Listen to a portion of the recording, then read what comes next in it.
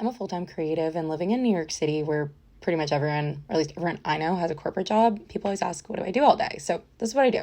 First thing, I'm just sitting in my underwear. It's really hot. Oh, I totally lost this full nail.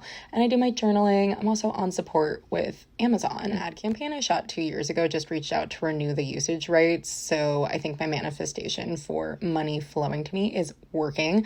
Then I go and I walk these dogs. They live in my neighborhood. I walk them on Rover. I am obsessed with them. I got this idea of using Rover from watching other girlies on TikTok who even had full-time corporate jobs and would still do Rover. And if you like dogs, it is the best. It feels like 110 degrees in New York, so every time I step out of the house, I'm super sweaty. I do have AC, but I get too cold, so a lot of times I just sit with it off, and here I am marinating in my own sweat, sitting in bed, editing videos. One thing I do a lot of is I make UGC or user-generated content for brands, so I'm always editing or filming something. Here I'm actually editing a video because I just really like this sunscreen, so I wanted to tell people about it on TikTok. Not sponsored, but if St. Jane wants to sponsor me, I'm here. And then I had to do some self-tape auditions. I usually do a couple of these a day. I eat like a gremlin when I am working from home, and I just basically eat random things out of the container. So today I tried to be proactive and actually build a meal. I am vegan, so I made some crispy tofu and Brussels sprouts. Oh, this is my art. Then I had my first human contact of the day. I mean, outside of talking to clients on the phone.